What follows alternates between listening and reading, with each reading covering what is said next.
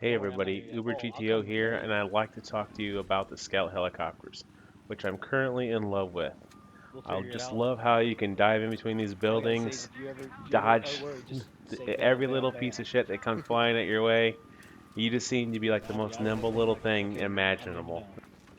This gameplay isn't like a true testament in how good I can be, because these guys were fairly bad. No one was really that good in their helicopters. There was no anti-air.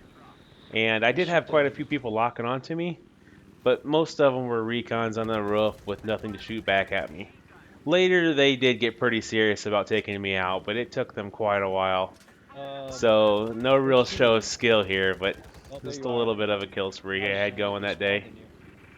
Plus, it's kind of boring watching me dive between buildings and sit there and waiting for my players to get ready again. Anyone who doesn't know how to fly these things very well really needs to hit up the test range because I wasn't very good in Battlefield 3 at all. I had no confidence flying. I can get to point A to point B, but I really didn't do anything other than that. When things come flying at me or had jets on me, I basically just always died or bailed.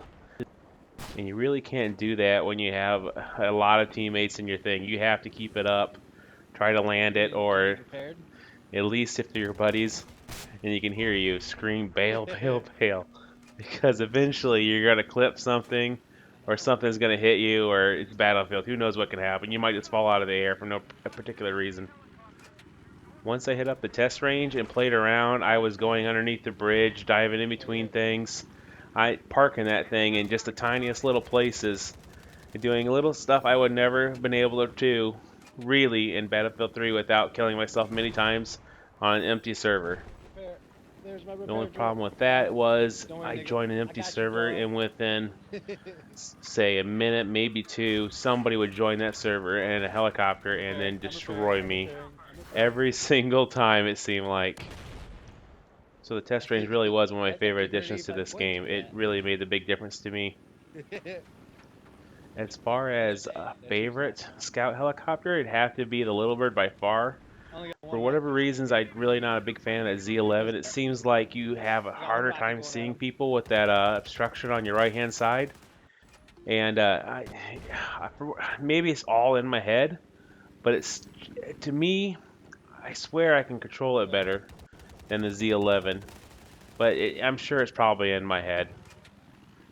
Then, as far as accessories or different attachments you add to your helicopter, I found the 25 millimeter main cannon rounds to be far, far, far superior to the normal 7.62 ammunition you use. Long story short, it's explosive and does quite a bit more damage against armored targets.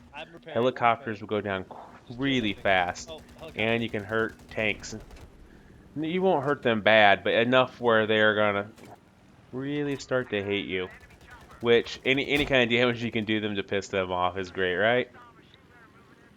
The downside to it is it's somewhat limited. You can run out, and you have to wait for your reload. In Battlefield 4, it's not like Battlefield 3 where you just, could reload right away.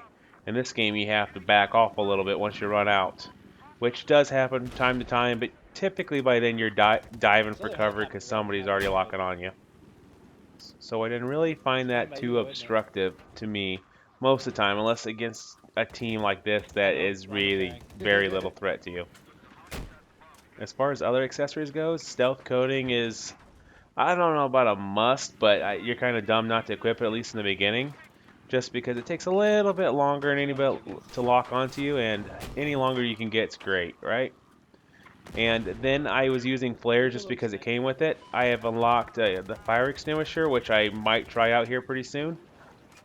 All it does is once you're critically hit, it will put out the fire and let you control your helicopter a little bit faster than before, which you're eventually going to get hit by something, right? It's just whether or not you blow up or you spin out of control and hit something. And I also have the ECM jammer. I'm not sure what the benefit is over flares, other than it may block a different type of lock on. And that's great and all, but there's going to be quite a few times minigun fire or something from another helicopter is going to be hitting you. And if I know anything from Battlefield 3, it was kind of hit and miss from the people I know that flew helicopter quite a bit. As you also probably seen in the video, I'm running heat seekers, mostly because I haven't That quite rocket unlocked the hammered laser us. guided yet. I'm very, very close. I want to see how that plays out because Dude, that I'm rocket not hammered sure us what's so really going to fucking be good. better. Heat seekers rarely work in this game, seems like. However, the best possible thing you can add onto your helicopter is an engineer sitting in the side seat repairing you. With an engineer, you can stay up for quite a while.